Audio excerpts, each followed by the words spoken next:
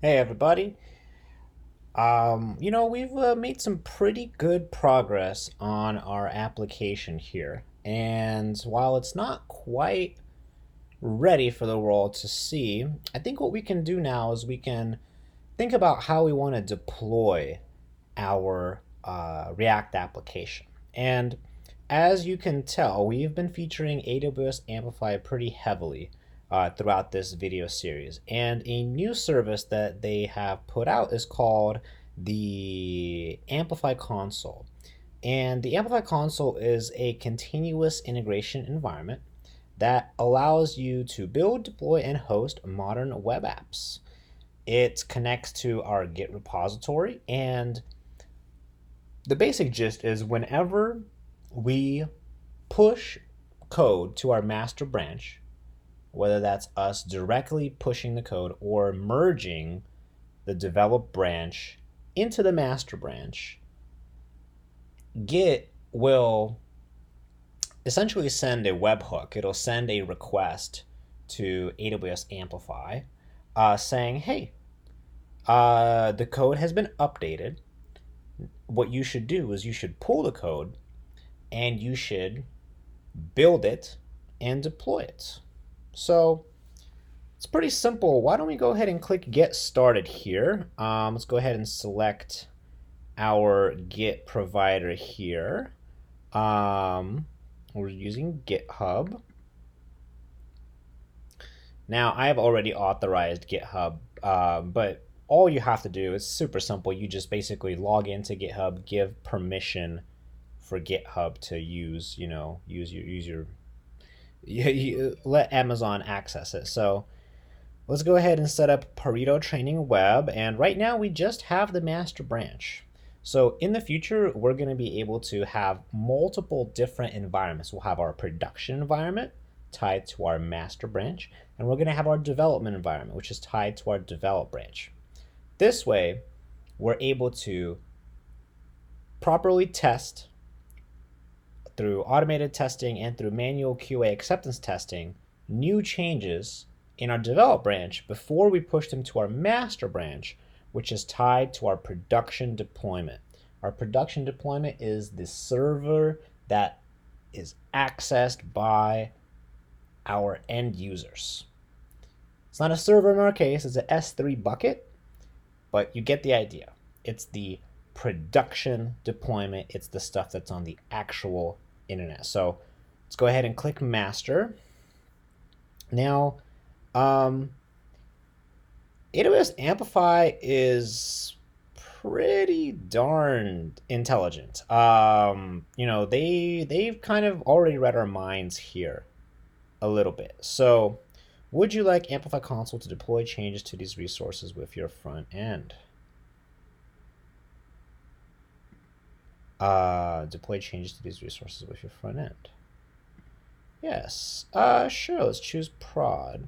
So here, what's happening is it detected our existing Amplify backend, which we use to create our user pool and to create that serverless DynamoDB CRUD API that we created and integrated in the last episode.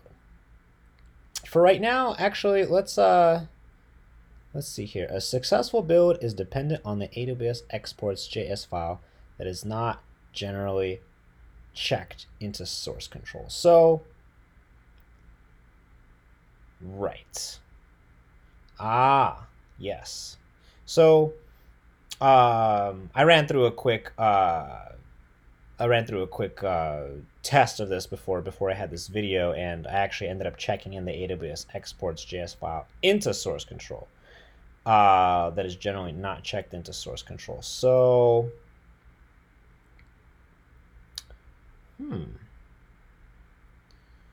Right. So that makes sense. Right. Okay. So let's go ahead and we'll deploy both of these. And what I'll go ahead and do is I'm actually going to go ahead and remove the AWS exports object from this repo. Let's see, so it's over here, right? I'll go ahead and I will delete this file. So they're totally correct. We don't want AWS exports or environment variables or really any crucial configuration in our source control. They are spot on. I briefly ran a build and it failed, and it was because we didn't have this AWS exports file in there. But I was not yet deploying the backend. So here we're going to deploy the actual backend. So we're going to use the prod environment, select an existing service role. I guess we're going to have to create a new service role here, which haven't quite done here yet. Choose the service that will use this role. EC2? Yeah, Lambda. Right. Okay, all right. Seems good. Right, administrator access. Okay, groovy. Okay, yeah, let's go ahead and do that. Okay, so we went ahead and made that role. Let's go ahead and refresh this, and let's go ahead and pick that. Okay, so they've already kind of auto-detected our app's build settings here. So I have no idea whether this Amplify push is actually going to work the way it should, but these pre-build commands and the run and the build commands look pretty good. It's using it knows we're using React. Here we can set some environment variables, so we're not going to store any just yet, but we can always come back here and implement that. So we're reviewing here. Auto detected our build settings. It's the app name, default image, prod, master branch. Okay. All right, let's go ahead and test it out. So we're going to go ahead and save and deploy. So here essentially what it's going to do is it's going to run through the build process to use Yarn to build the file from build the files from our master branch in GitHub, and it's going to provision, build, and deploy. So while that's going on, let's see what other things we can do here. So assuming that this build successfully builds, we can add a custom domain with a free SSL certificate. Pretty cool. So we've purchased a domain, burrito.education. So theoretically, we can go ahead and connect that. We can set up a test version of our site by connecting the feature branch. So this way we can have our dev environment build when we have updates to our develop branch. And that's actually something that we're going to be integrating moving forward in our workflow. Is now that we're going to have a deployment, now that we're going to have a production deployment, what we're going to do is we're going to very carefully monitor what code goes into our master branch. We're going to go ahead and create a develop branch, and from that develop branch we're going to create feature and bug fix branches. So what's going to happen is, let's say that we want to add a new feature, and in this new feature, we want to create the develop branch. But from the develop branch, we want to go ahead and create a new feature called feature/Redux. Or, yeah, let's go ahead and add Redux, right? So this is gonna be the feature that's going to add basic Redux implementation.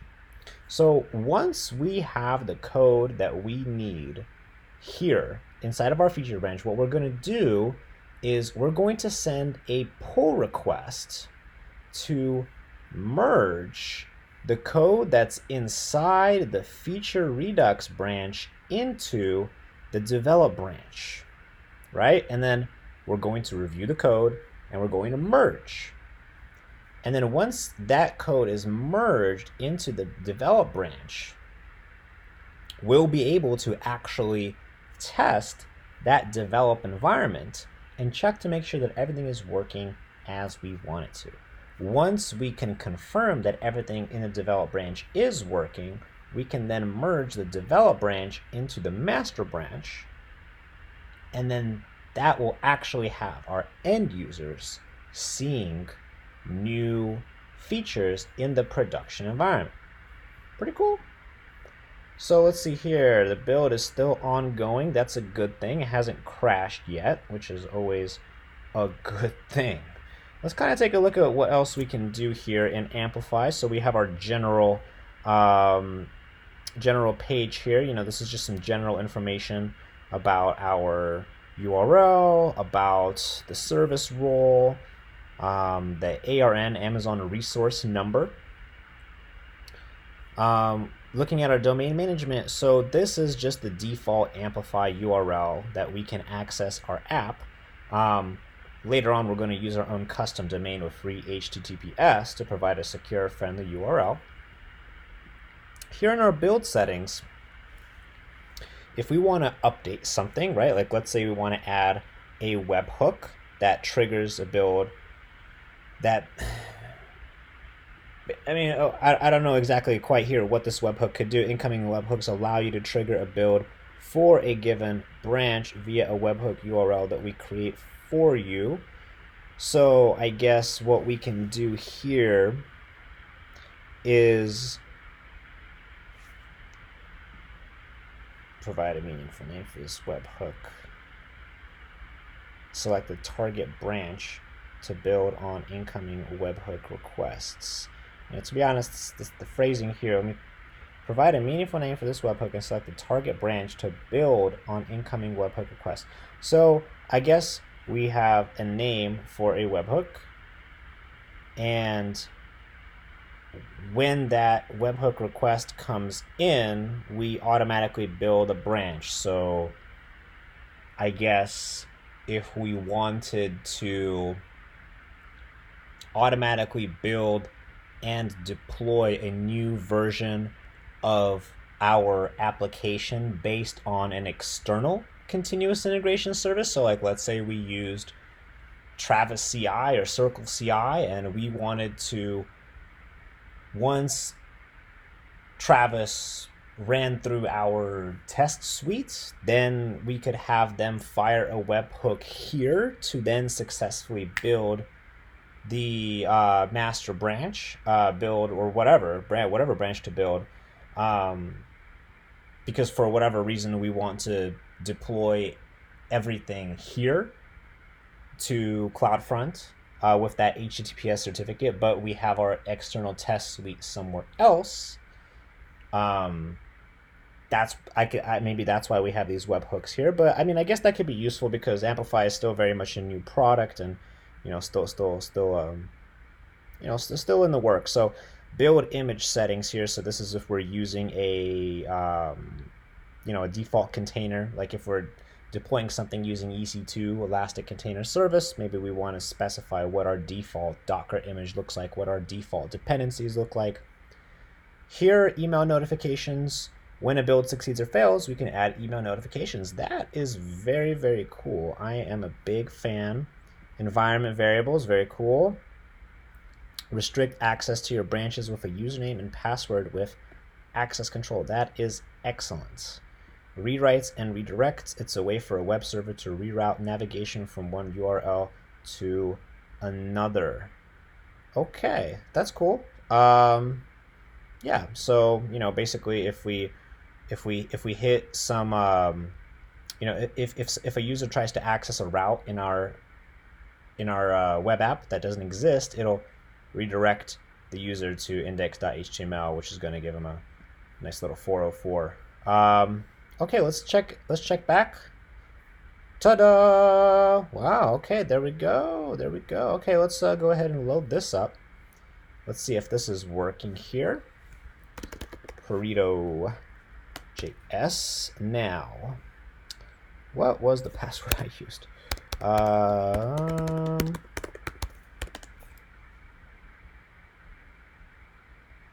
Interesting. Error. Network error while attempting to reach HTTPS. Okay, so we're having an issue with Sanity. I can tell you exactly what's going on here. So with Sanity, what we have to do is we have to manually configure what URLs are acceptable origin points for network requests. So right now in our Sanity API, we say, okay, we're allowed to receive API requests from localhost 3000. And if we receive requests from that origin point, we will return information. However, if we get a request from anywhere else, we're going to send this error. So I have not configured Sanity to accept API requests from this URL. However, what seems to have happened is that seems to have basically broken all the other network requests here, right? So there's no upcoming events. But I think that can probably be solved by reloading here. Let's see if that does in fact help. Okay, yeah, so there we go. So we still have that error, but we can now see all of our data. At any rate, it does seem like, yeah, so that Sanity content isn't popping up. This isn't popping up either. However, all of our information from DynamoDB, from our new events API is coming, and we are getting, remember, Pareto is the name of our user, so we are successfully getting, as long as with the experience points, we're successfully getting access to all of our MongoDB and DynamoDB APIs. So that's great. So this is working. Excellent. Now, let's go back here. Let's go into step 2 here. Add a custom domain here. Let's go ahead and add a domain. I have Pareto.education. Do I have to configure domain? I guess I do. Ooh, excellent. And even as the www. Gotta love it. I love that. That is so awesome because on our marketing materials, I want to use www.pareto.education. And in the past, what you would have had to do is you would have had to manually set up a redirect in your S3 bucket to automatically redirect here. However, it seems like it's just doing it by itself. That is absolutely fantastic. I am a huge fan of that. That is truly excellent. So SSL creation and configuration has been set. It says that if this takes longer than 8 hours, please create an issue in our GitHub issue tracker. So I have no idea how long this is going to take. Let's give it a minute and let's see if it works, because theoretically the SSL verification should not take that long, because spoiler alert, I've actually already requested and gotten the SSL certificate. So you know, if this takes 30 minutes, I'm obviously gonna cut this video short, but we'll wait a couple of minutes to see what we have here.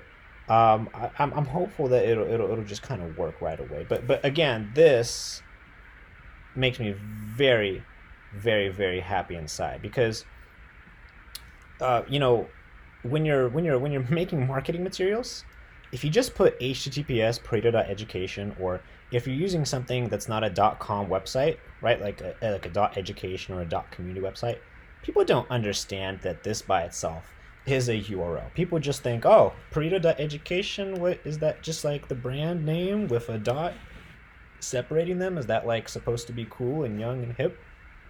No, people don't understand that. They don't, and this is a little too foreign for some people, but everybody, just about everybody, understands www.pareto.education, worldwideweb.pareto.education. That works for people. So this is excellent. I'm a big fan. So, I mean, I guess let's do a quick tour here. So this was the build, right? Provision succeeded, build, deploy, verify succeeded. It took 4 minutes, which is not bad. That's pretty good. It's honestly pretty freaking great. So this is the provision. So what happened here is, I guess, this what happened here is that this build environment, which can theoretically run our test suite and all of that, was created with a Docker image. So it spun up a quick little Docker image and installed all these dependencies. It installed Node, installed whatever this is, installed Ruby, Git, the AWS CLI, all this other stuff. Cypress, this is a test suite that we'll be integrating. And it cloned the repository from GitHub, right? Cloned into here, retrieved the cache. On the back end, it automatically deployed all of our Amplify resources. So theoretically, in the future, we won't even really have to use the command amplify push to push new changes into Amplify. We'll actually just be able to add these to the master branch or to the dev branch, and it'll automatically push them and provision the CloudFormation automatically. So that's pretty cool. On the front end side of things here, so as you can see here, it just ran through the yarn install, so it installed all of our npm dependencies here, downloaded all of them, and here what it did was it ran the yarn run build command, which created our optimized production build. And after that, it just uploaded it to S3, if I am not mistaken. And then it deployed. Woo! What does this verify? That's cool. So it generated screenshots of our homepage with headless Chrome to ensure your app renders well on different mobile resolutions. That is very, very nice of them. I am very happy with that. So we had issues connecting your custom domain Pareto.education. Uh-oh. Something went wrong. One or more of the CNAMEs you provided are already associated with a different... That's right. So, because I actually already had a website associated here. So, that makes all the sense in the world. Hold on here. Domain management. So, let's see here.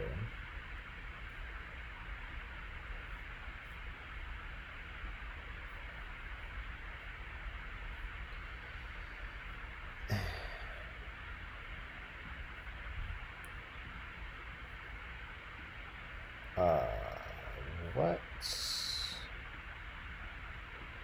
the heck? Right, so Amplify was freaking out a little bit there. Right,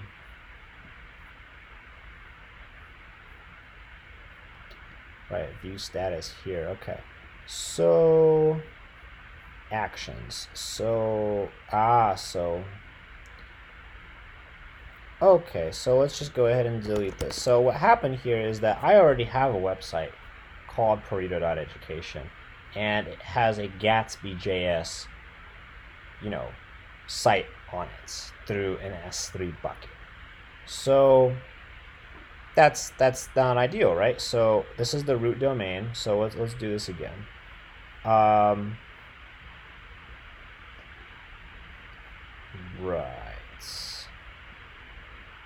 So I'm going to exclude the root domain because we already have that. And I am going to go ahead and remove this. So sadly, well, actually not very sadly, because I'm going to come back to this. So because here what's going on here is what we're doing here is we're creating a subdomain. We're creating a subdomain here.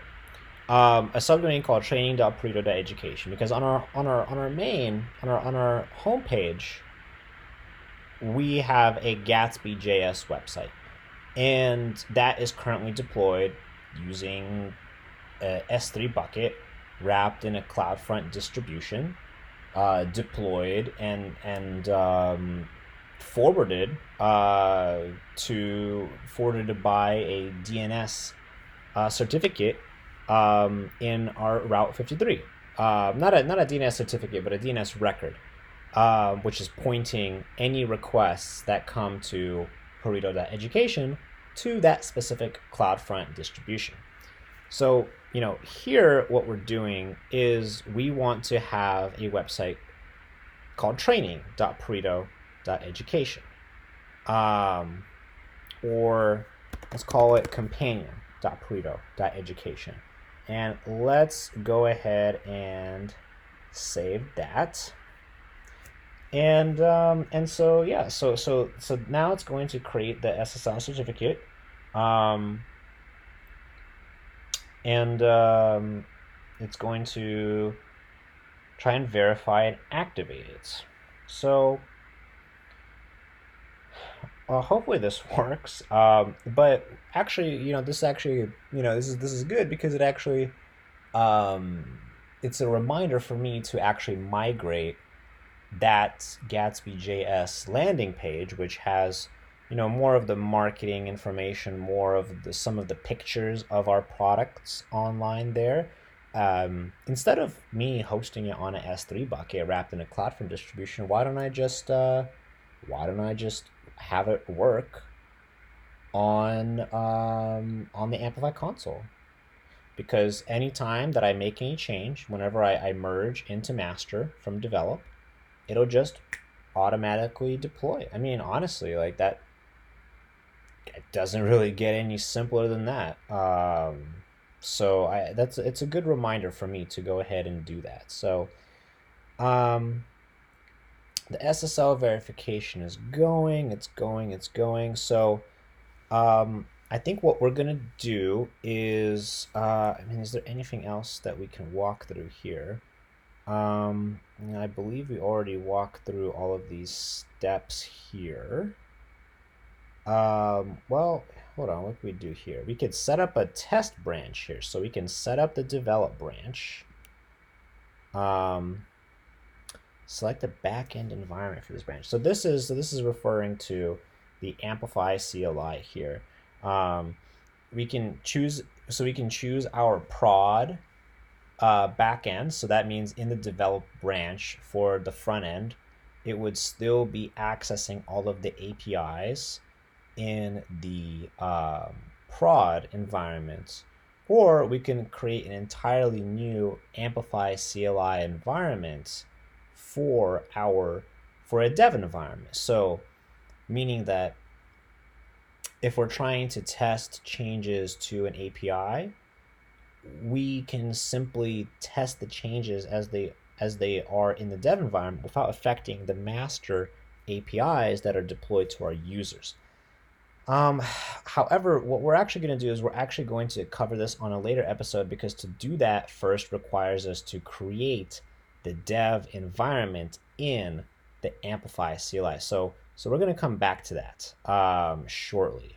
We'll come back to that in a future episode coming up. It's the creation, the configuration, and the verification is complete. Okay, so covering what's coming next. The next episode is going to deal with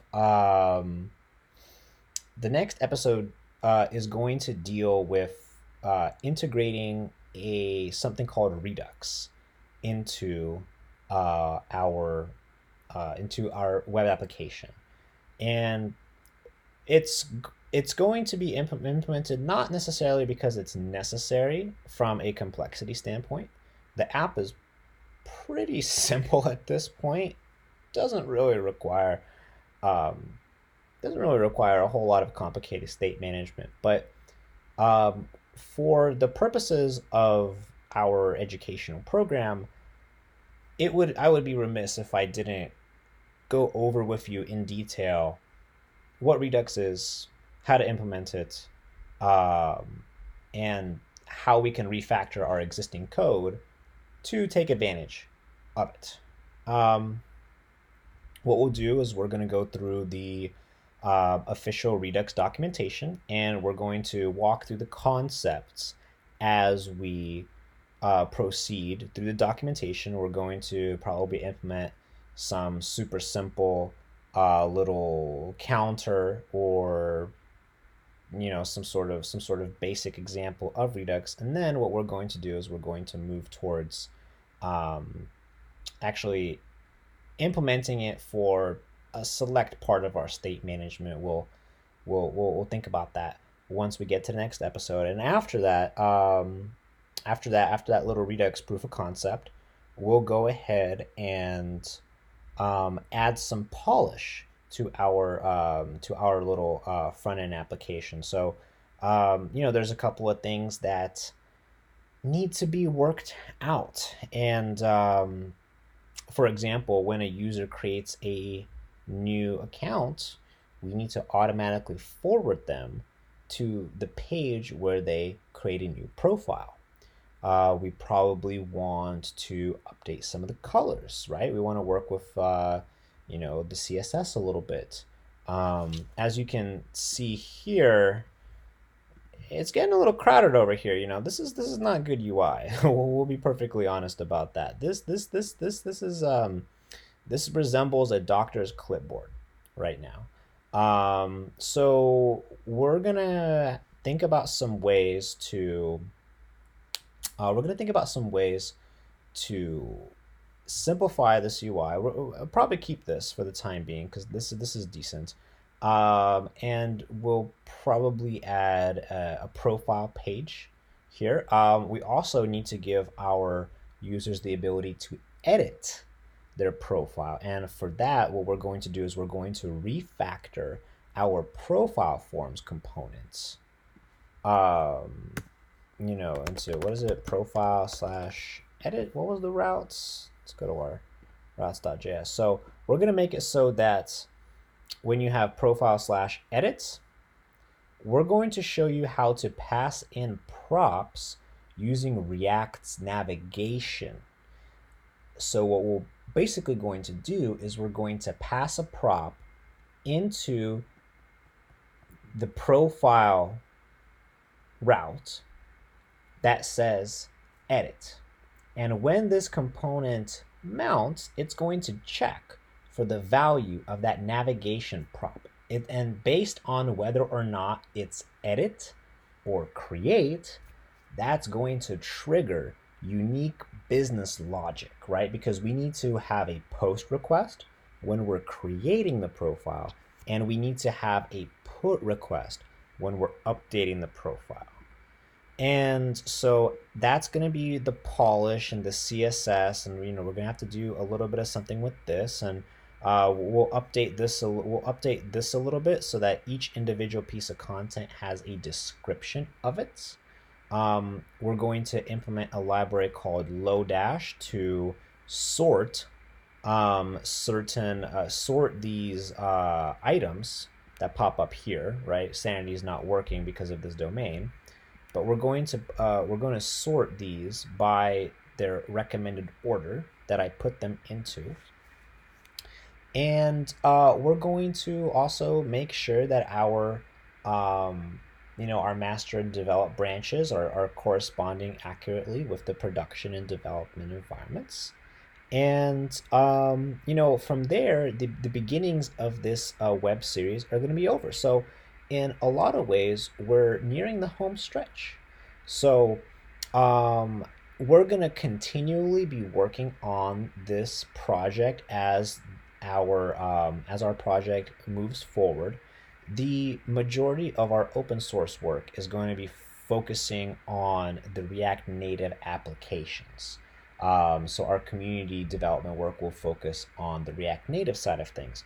But we will continue to put in work into the React web application to show you, additional stuff that you might want to learn about, such as how to implement background network requests, or how to make a navigation bar that pops up from the left side, right? How to have a loading screen when the application bundle is first being downloaded. Maybe we want to learn about using the React Suspense API, or how hooks can be used. There's definitely a lot of content, but in this next episode, it's going to be starting in a few moments. We are going to cover Redux. We're going to cover the flow pattern in general. And it's going to be really interesting. And it's going to be something that you'll probably want to watch more than once. But I'm very excited for it. And let's really quickly check back and see if this is done. Oh, it's so close to being done. So we verified the SSL, and now we just need the domain activation. Come on, come on. What actions can we do here? So these are the DNS records, the CNAMEs that we have here. Okay, well, I'm assuming that since it's been created, configured, and verified, that it's going to be successful. So in the next episode, we'll show you the results.